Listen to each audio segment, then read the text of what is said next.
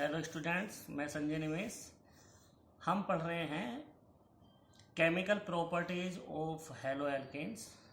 तो हमने पहली प्रॉपर्टीज पढ़ी थी न्यूक्लियोफिलिक सब्स्टिट्यूशन रिएक्शन।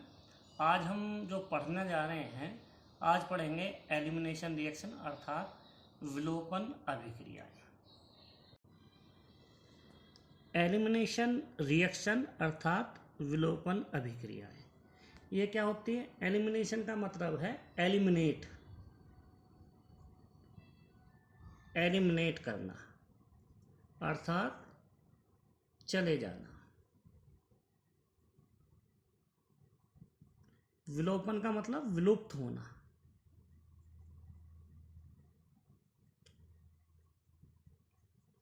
तो ऐसी अभिक्रिया है जिसमें छोटे परमाणु या एटम या ग्रुप का एलिमिनेशन हो जाता है, उसको हम बोलते हैं एलिमिनेशन रिएक्शन।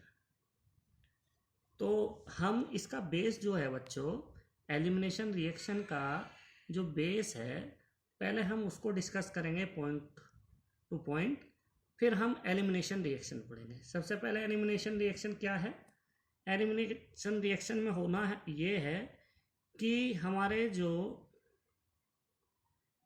स्मॉलर एटम अर्थात परमाणु और ग्रुप या समूह are eliminated is called elimination reaction. Elimination reaction। तो ऐसे छोटे परमाणु या समूह जो हमारे रिएक्शन में से एलिमिनेट हो जाते हैं, उनको हम बोलते हैं एलिमिनेशन रिएक्शन। कैसी एलिमिनेशन रिएक्शन है, हम उसकी बात करते हैं। कार्बन के साथ दूसरा कार्बन अटैच है सिंगल बॉन्ड के साथ, उनकी वैलेंसी कंप्लीट कर रहे हैं हम सिंगल बॉन्ड से। सपोज करो यहाँ ए ग्रुप है या ए एटम जुड़ा है या ए परमाणु जुड़ा है, इस कार्बन पे बी परमाणु जुड़ा है। कोई रिएजेंट की उपस्थिति है जिसे हम बोलते हैं अभिकर्मक। रिएजेंट को हम बोलते हैं अभिकर्मक। इसकी उपस्थिति में ए एंड बी रिमूव हो जाए, यहां से एलिमिनेट हो जाएं। यदि ए एंड बी एलिमिनेट हो जाएंगे, इस कार्बन से ए एलिमिनेट हो जाए और इस वाले जो समीप वाला कार्बन है इससे बी एलिमिनेट हो जाए अर्थात विलुप्त हो जाए, और हमारे पास बचता है ये बॉन्ड और ये बॉन्ड हमारा समाप्त हो जाए, मतलब ए एंड बी यहां से रिमूव हो जाए, तो बचता है ए सिंगल बॉन्ड इस कार्बन के साथ, ये सिंगल बॉन्ड के साथ हमारा ये कार्बन सिंगल बॉन्ड से जुड़ा है और ये सिंगल बॉन्ड सॉरी एच जोड़। तो बच्चों कार्बन होता हमारा टेट्रावैलेंसी, मतलब जिसकी 4 संयोजकता होती है। हम देखते हैं इस कार्बन की वैलेंसी 1 2 3 और इस कार्बन की भी वैलेंसी हम देख रहे हैं 1 2 3। तो कंप्लीट करने के लिए हम क्या करेंगे, एक बॉन्ड को लगाएं अर्थात डबल बॉन्ड का फॉर्मेशन होगा। तो हमारा जो है, या तो यहाँ पर स्मॉल छोटे छोटे हमारे परमाणु जुड़े हों या समूह जुड़े हों, उनका विलुप्त होना, ऐसी रिएक्शन को हम बोलेंगे एलिमिनेशन रिएक्शन। तो हम क्या कर रहे हैं, दूसरा पॉइंट हम क्या कह रहे हैं, हम सैचुरेटेड कंपाउंड जो होते हैं, सैचुरेटेड कंपाउंड से हमारा अनसैचुरेटेड कंपाउंड प्राप्त होता है। अनसैचुरेटेड कंपाउंड प्राप्त होता है। सैचुरेटेड कंपाउंड मतलब हम बोलते हैं संतृप्त यौगिक से हमारा क्या प्राप्त होता है असंतृप्त यौगिक, यौगिक। अर्थात हमारा ये सिंगल बॉन्ड से जुड़ा होता है, सैचुरेटेड कंपाउंड या संतृप्त यौगिक, या सिंगल बॉन्ड से, और हमें जो प्रोडक्ट मिलता है वो डबल बॉन्ड वाला मिलता है, डबल बॉन्ड वाला, अर्थात हमें एल्कीन प्राप्त होती है।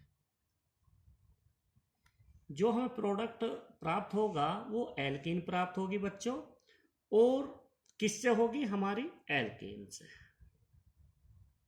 एल्केन से प्राप्त होगी। तो हमारा क्या है, जो भी एलिमिनेशन होना है वो एल्केन से होना है, और क्या बनाना है हमें? एल्कीन। तो हमारा दूसरा जो पॉइंट था हमारा सिंगल बॉन्ड वाले से, जो हमारे कंपाउंड था सिंगल बॉन्ड वाला कंपाउंड से हमारा डबल बॉन्ड वाला कंपाउंड हमें प्राप्त होता है। अब बच्चों तीसरा पॉइंट क्या है? तीसरा पॉइंट ये है, अभी तक हम जो पढ़ रहे थे, यदि हम डबल बॉन्ड वाले कार्बन पे किसी चीज को जोड़ते हैं और सिंगल बॉन्ड प्राप्त हो जाता है, उसे बोलते हैं हम एडिशन रिएक्शन। तो इसका मतलब क्या है बच्चों? ये रिवर्स है, रिवर्स रिएक्शन है एडिशन रिएक्शन की। अर्थात एडिशन रिएक्शन हमारी क्या होती है, जब डबल बॉन्ड वाले से हम सिंगल बॉन्ड वाला बनाए या कुछ उस पर जुड़ जाए तो उससे हम कहते हैं एडिशन रिएक्शन। लेकिन बच्चों यहाँ पर हमारा इसका जस्ट रिवर्स है, अर्थात एलिमिनेशन रिएक्शन। यहाँ हमारा यहाँ जुड़ता था एडिशन में और एलिमिनेशन में निकलना। इसका मतलब तीसरा पॉइंट है रिवर्स ऑफ एडिशन। चौथा पॉइंट क्या है बच्चों? हम ए और बी हमारे रिमूव हुए हैं तो इनकी बात कर रहे हैं, इन पर, इनकी बात नहीं कर रहे हैं, इनकी बात है, तो इन पर ध्यान देना बच्चों। हमारे यहाँ जो कार्बन और ए के बीच में है सिंगल बॉन्ड फॉर्म हो रहा है, और यहाँ कार्बन और बी के बीच में भी सिंगल बॉन्ड, ये दोनों हमारे एलिमिनेट हो जाते हैं, विलुप्त हो जाते हैं। तो हमारे क्या होते हैं, इनको बोलते हैं हम सिग्मा बॉन्ड। तो 2 सिग्मा बॉन्ड हमारे ब्रेक हो रहे हैं, और हमारा क्या बन रहा है? एक पाई और एक सिग्मा बन रहा है, एक सिग्मा एंड एक पाई की फॉर्मेशन हो रही है।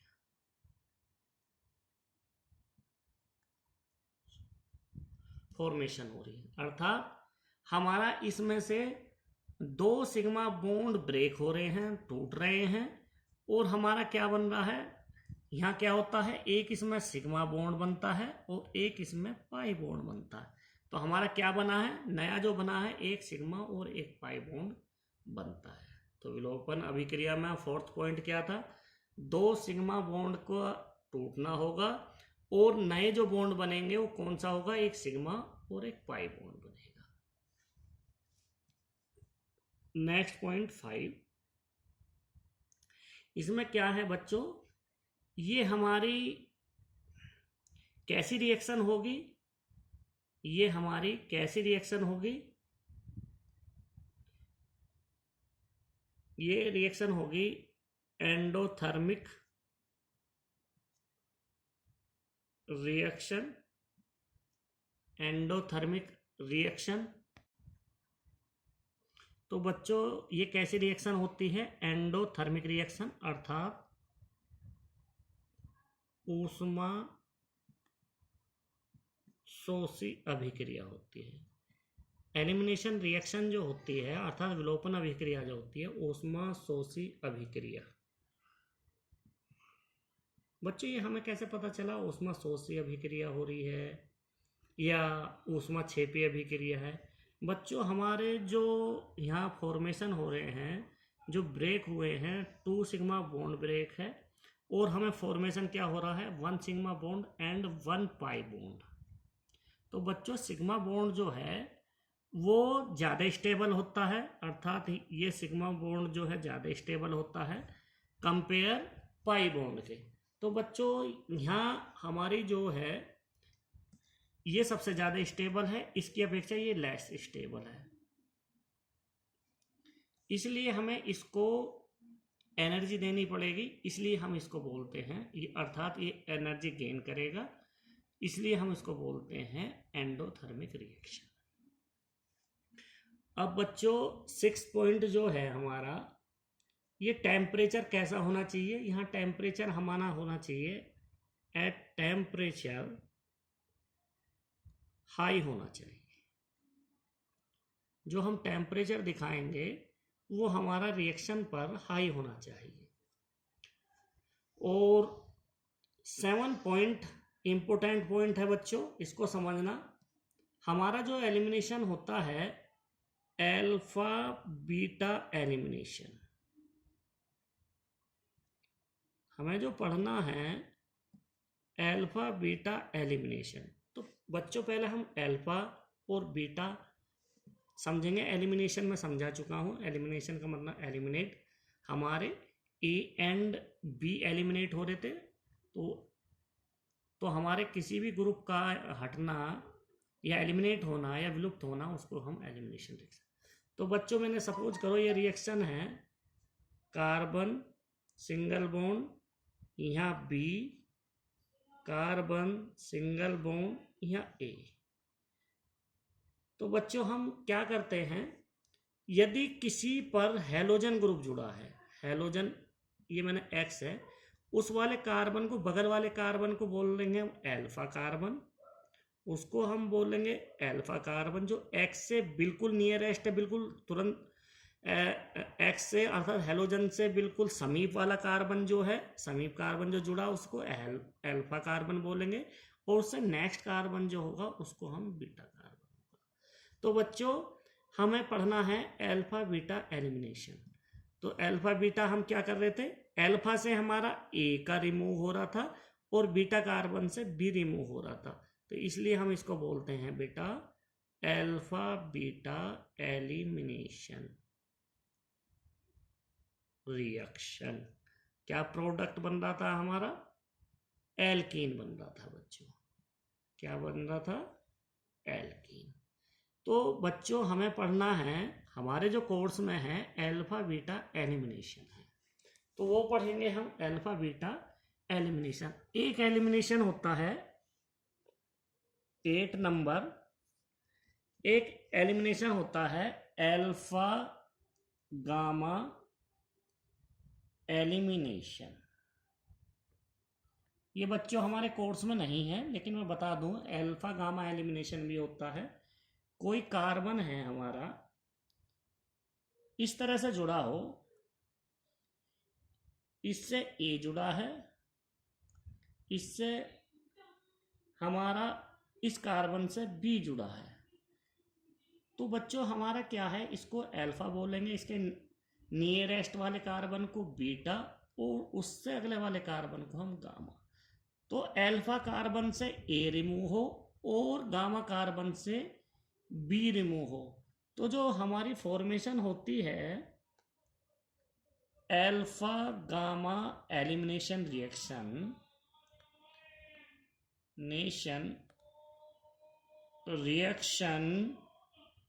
एलिमिनेशन रिएक्शन जो होती है अल्फा गामा एलिमिनेशन रिएक्शन, तो हमारा बच्चों क्या बनता है,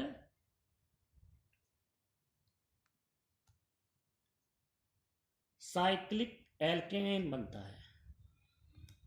साइक्लिक एल्केन की फॉर्मेशन होती है। तो बच्चों ये वाला हमें जो है अल्फा गामा एलिमिनेशन ये नहीं पढ़ना है, हमें केवल हमें अल्फा बीटा एलिमिनेशन है जो हमारे कोर्स में है, अल्फा बीटा एलिमिनेशन ही पढ़ते हैं। तो बच्चों नेक्स्ट पॉइंट जो हमारा 8 है रिएजेंट।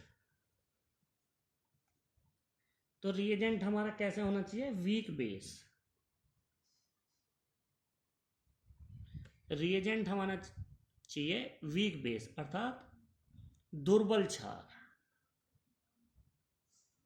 क्षार होने चाहिए। एग्जाम्पल CH3OH, H2O, C2H5OH, इस तरह से होने चाहिए बच्चों।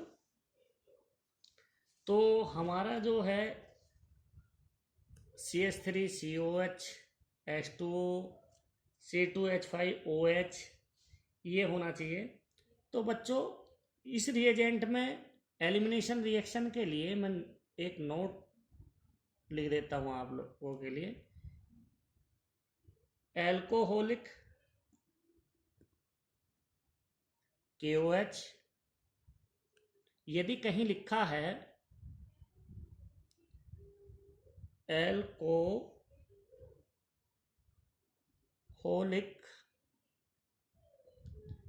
कहीं भी रिएक्शन में आपको रिएजेंट ऊपर एल्कोहलिक KOH की प्रेजेंट में रिएक्शन करा रहे हैं तो हमेशा एलिमिनेशन रिएक्शन होगी। Number 1 point.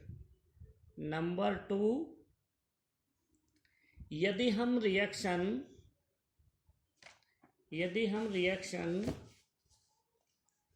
किससे करा रहे हैं, NaNH2, यदि रिएक्शन में हमारा रिएजेंट NaNH2 लिया है, सोडेमाइड,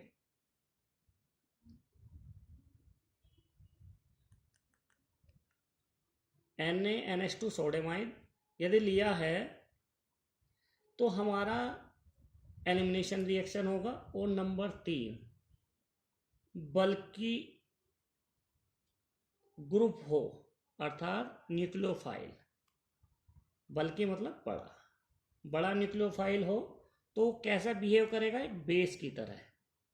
किसकी तरह करेगा, बेस की तरह अर्थात क्षार की तरह। एग्जाम्पल CH3CH3CH3O-, ये बल्कि ग्रुप है। यदि हमारा इस तरह के 3 ये हमारे रिएजेंट मिलते हैं जो आप लोगों के कोर्स में होते तो और भी हैं, लेकिन इंपॉर्टेंट ये जो आपके कोर्स में आते हैं, एल्कोहलिक KOH हो, NaNH2 हो, या बल्कि न्यूक्लियोफाइल, बड़ा न्यूक्लियोफाइल हो इस तरह का, तो वहाँ पर एलिमिनेशन रिएक्शन होती है।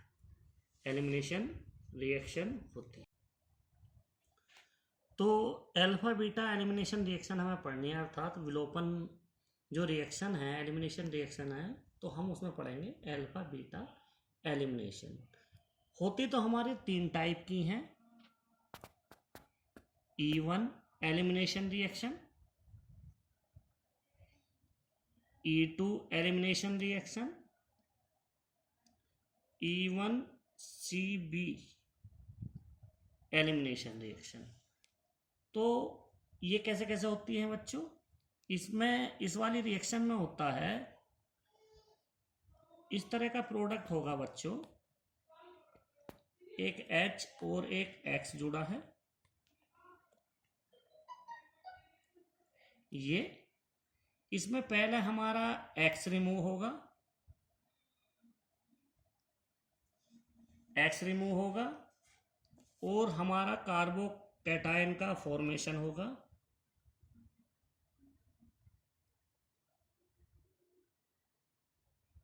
इस तरह से कार्बोकैटायन, और कार्बोकैटायन पर बाद में H+ की रिएक्शन कराएंगे, H+ की, हमारा बनेगा एल्कीन। E1 में क्या होगा बच्चों, सबसे पहले हमारा नेगेटिव वाला पार्ट हटेगा, उसके बाद फिर पॉजिटिव पार्ट हटेगा, इसमें नेगेटिव पार्ट हटेगा, फिर पॉजिटिव पार्ट हटेगा, और इनके बीच में डबल बॉन्ड की फॉर्मेशन होने के कारण एल्कीन प्राप्त हो जाएगा। इसके बाद E2 रिएक्शन कैसे होगी, E2 रिएक्शन हमारी CH सिंगल बॉन्ड X, मैंने 2 ही बॉन्ड दिखाए हैं बच्चों जो एलिमिनेट होंगे, और मैंने 4 नहीं दिखाए हैं।